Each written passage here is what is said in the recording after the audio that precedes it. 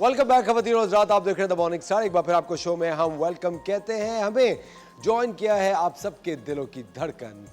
कहते हैं कि हर किसी के दिल पे राज करती हैं और जो खातून दिल पे राज करती हैं उनको कहा जाता है कि ये मेरे दिल की रानी है। जी हाँ, हमारे साथ है रानी आपा।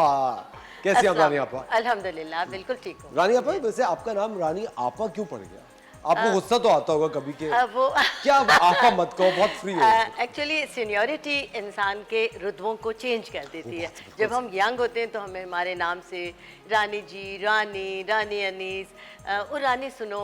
और फिर अल्लाह ताला का ये एक फ़ज़ल होता है कि जैसे जैसे इंसान की उम्र बढ़ती है, उसका तजर्बा बढ़ता है, तो उसकी सीनियरिटी में इजाफा होता रहता है। और फिर जब उसके रुतबे बदल जाते हैं तो वो आपा, बाजी, ये आंटी, ये सब बन जाता है। और आप लोगों ने मुझे आपा का खिताब दिया तो मेरे लिए बहुत ही ऑनरेबल है।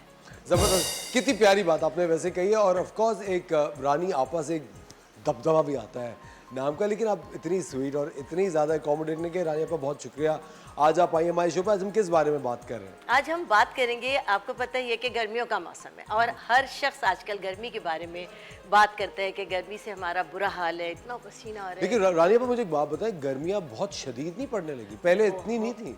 बहुत ज़्यादा है, बहुत ज़्यादा है। अच्छा, बड़े तो अपना हाल किसी ना किसी तरह, मैं आपसे अपना तकलीफ़ बयान कर दूंगी, आप मुझे कहेंगे, हम लोग एक दूसरे से शेयर करते हैं।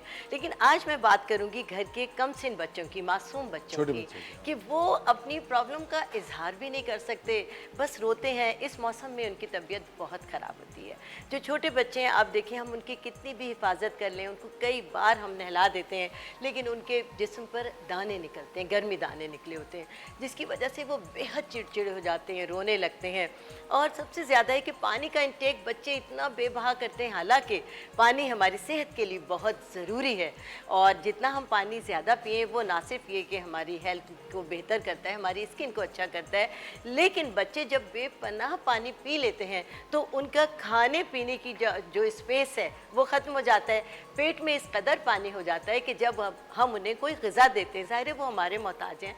अब उनको आप कोई सेरेलैक दे रहे हैं, दलिया दे रहे हैं, कोई भी चीज़ आप बना के दे रहे हैं, देना तो है हमें दिन में 3 टाइम, तो बच्चा फ़ौरन वॉमिटिंग कर देता है, फ़ौरन वॉमिट करता है। उसके रिएक्शन के तौर पे फिर माँ बाप परेशान हो जाते हैं, क्या करें क्या ना करें।